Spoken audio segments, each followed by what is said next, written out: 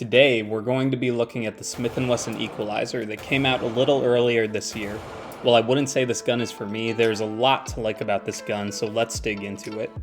The Equalizer is a pistol designed for newer shooters and those who might lack grip strength. So for example, many women and elderly or people with certain disabilities may find the Equalizer easier to operate versus other popular handguns. I know most of the viewers of this channel are men, but this is a worthwhile gun to consider for your wife. Not that your wife can't operate a Glock, mine certainly can, but the Equalizer is made to be easy and safe to operate for just about anyone with minimal training required. I had special interest in reviewing this gun as one of my good friends was just recently diagnosed with multiple sclerosis. By God's grace, he was able to catch it early and thankfully his condition is not debilitating. With PT, he's improved a great deal.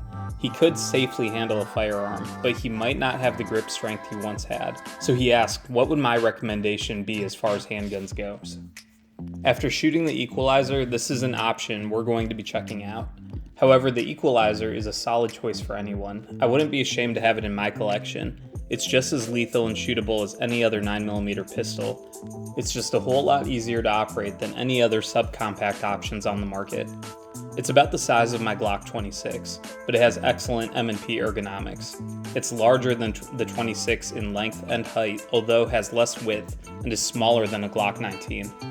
It honestly shoots like a Glock 19. I really enjoyed shooting this gun.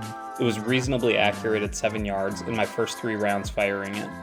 After getting used to it, I was able to dial that in even a bit more. I shot it out to 20 yards with no problems. It is a very shootable pistol. The biggest thing about this gun is the controls. The slide is super easy to manipulate. My wife had some trouble racking my Glock 26.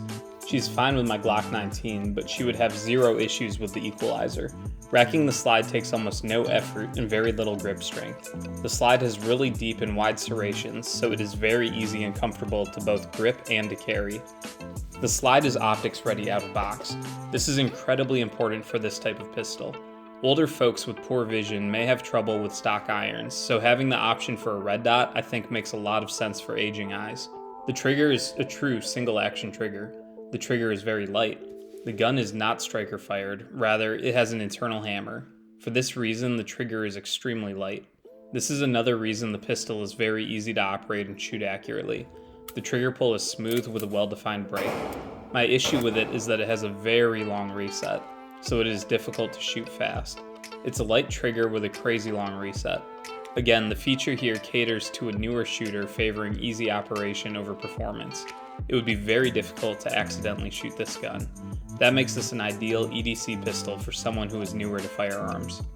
Because the Equalizer is a true single-action firearm, Smith and Wesson added a manual external safety. I'm not a big fan of this setup. I'd much rather have a striker-fired safe action system that most modern semi-automatic pistols have, but this is the sacrifice made for the easy-to-pull single-action trigger. Similarly, this is why I suspect that Smith & Wesson also added the grip safety, to make sure that the gun is drop safe if the manual safety is disengaged. The grip safety works well, I didn't have any issues with it, but it might work too well. My buddy actually found that at one point he didn't have his grip tight enough and the gun wouldn't engage, so he'd pulled the trigger and had no bang. That is maybe the only red flag I have with this pistol. Your grip has to be perfect, which seems counterintuitive for a gun targeted for less experienced shooters. If you're left-handed, you'll be happy to know though that the manual safety is ambidextrous. The magazine release can be moved as well, but the slide release isn't, so there are more left-handed friendly pistols on the market. I would say for most experienced shooters, a Gen 5 Glock or similar striker-fired drop-safe firearm that has a trigger safety, in addition to the internal safe action plunger system, is a better solution. The controls aren't complicated. You don't have to train in disengaging a manual safety, and the trigger can have a shorter pull and reset for higher performance. But this pistol isn't made for performance or duty. It's made to be easy to operate for self-defense, and for that, it's an excellent pistol for a certain demographic. I honestly think it's primarily aimed at people who are uncomfortable with the thought of carrying a concealed gun with one in the chamber without an external safety. That, generally speaking, is only a risk if you aren't trained. And by not trained, I mean that you don't have good trigger discipline and muzzle control. Those basics will be taught in just about every pistol shooting class.